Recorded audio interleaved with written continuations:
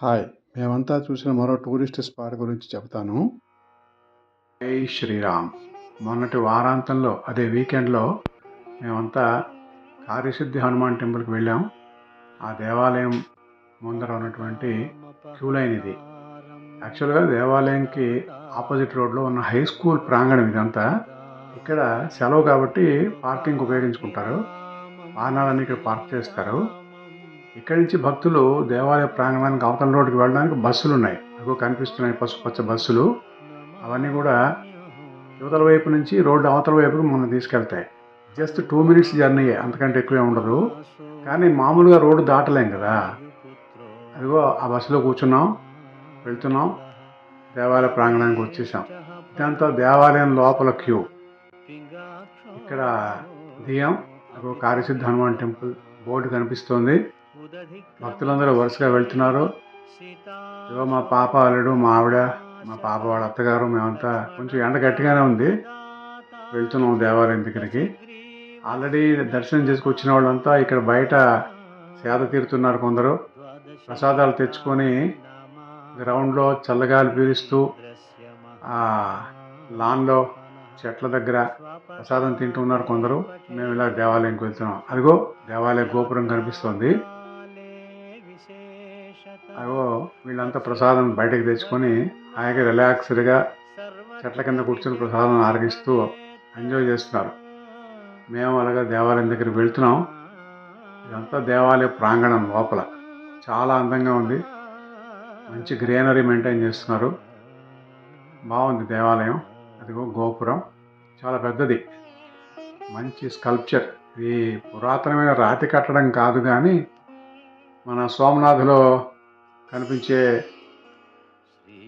దేవాలయం లాగా సిమెంట్ నిర్మాణం, కానీ చాలా బాగుంది. ఇగో దేవాలయ ప్రహరీ, దాని పక్క నుంచి నడుస్తూ ఉన్నాం. ఇది ప్రహరీ గోడ.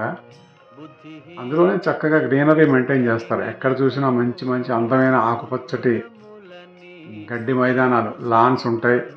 వాటి పక్కగా నడుచుకుంటూ అలా వెళ్ళాం. ఇగో ఆ దేవాలయం ముందు వైపు వస్తున్నాం. అదిగో అది రాజగోపురం. దాని ప్రక్కనే ఉన్నటువంటి గేట్లోంచి లోపల ప్రాంగణంలోకి వెళ్ళాం. ప్రాంగణంలో చెప్పులు విడిచిపెట్టడానికి స్టాండ్ ఉంది. అక్కడ చెప్పులు విడిచిపెట్టేసి అగో ధ్వజస్తంభం కనిపిస్తుంది. రాజగోపురం చెప్పులు ఇక్కడ విడిచిపెట్టిన తర్వాత అగో దేవాలయం లోపలికి ధ్వజస్తంభం ముందు నుంచి అలా లోపలికి వెళ్ళడం జరిగింది. చాలా బాగుంటుంది దేవాలయం, బాగుంది. ఇగో లోపల దేవాలయ ప్రాంగణం లోపల ఇదంతా. యాక్చువల్గా వీడియోగ్రఫీ ఆర్ నాట్ అలౌడ్, కానీ కొంచెం మెల్లిగా మేనేజ్ చేసాం. ఆ చుట్టూ కనిపిస్తున్న పెద్ద పెయింటింగ్స్ అన్నీ హనుమంతుని యొక్క స్టోరీని తెలియజేసేది. అగో ఎదురుగుండా దేవుడు కనిపిస్తున్న చూడండి, సీతారామచంద్రులు, ఆ ముందుని కార్యసిద్ధి హనుమంతుడు. జై శ్రీరామ్. అగో దేవాలయం బయటకు వచ్చేసాం. మళ్ళా అగో స్వామివారి యొక్క వాహనం ఒంటె కనిపిస్తుంది. ధ్వజస్తంభం ముందు, రాజగోపురానికి ధ్వజస్తంభానికి మధ్యలో ఒంటె. దేవాలయం బయటకు వచ్చేసాం. అక్కడ రాజగోపురం దగ్గర చాలా బాగుంది, ఫోటోలు దిగుతున్నారు అందరూ. ఎదురుగుండా ఆ రాజగోపురానికి అటొకటి ఇటొకటి మంచి ఠీవిగా 2 ఏనుగు విగ్రహాలు ఉన్నాయి, చాలా బాగున్నాయి. రాజగోపురం దగ్గర మేము కూడా కొన్ని ఫోటోలు తీసుకోవడానికి ప్రయత్నం చేసాం. చాలా బాగుంది. గోపురం ముందర, రాజగోపురం ముందర ఉండే ఖాళీ స్థలం అంతా మంచి గ్రీనరీతో చాలా బాగుంది. దాని చుట్టూ ఉన్నదంతా పార్కింగ్. అదంతా దేవాలయానికి వచ్చినటువంటి వెహికల్సే. మనవాళ్ళు, ఇండియన్స్, ఎస్పెషల్లీ తెలుగు వాళ్ళు చాలామంది ఉన్నారు. ముందు నుంచి దేవాలయ రాజగోపురం చూడండి ఎలా కనిపిస్తుంది చక్కగా. ఇది స్వామివారి యొక్క దేవాలయ ప్రాంగణం ముందు ఉన్నటువంటి ఖాళీ స్థలం. అగో ఏనుగు, ఇటువైపు కూడా మరొక ఏముంది.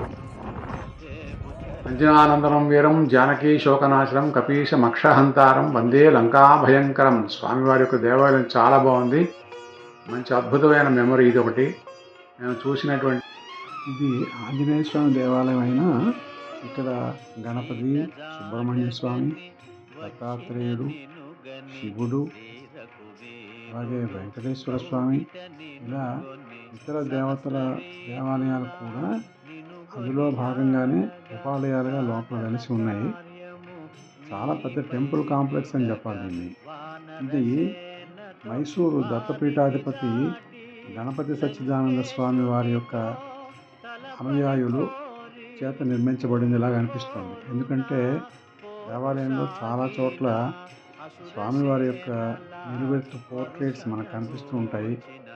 అలాగే దత్త సంప్రదాయానుసారంగానే పూజలు జరుగుతుంటాయి. ఈ విషయం మళ్ళీ కలుద్దాం. ఓకే.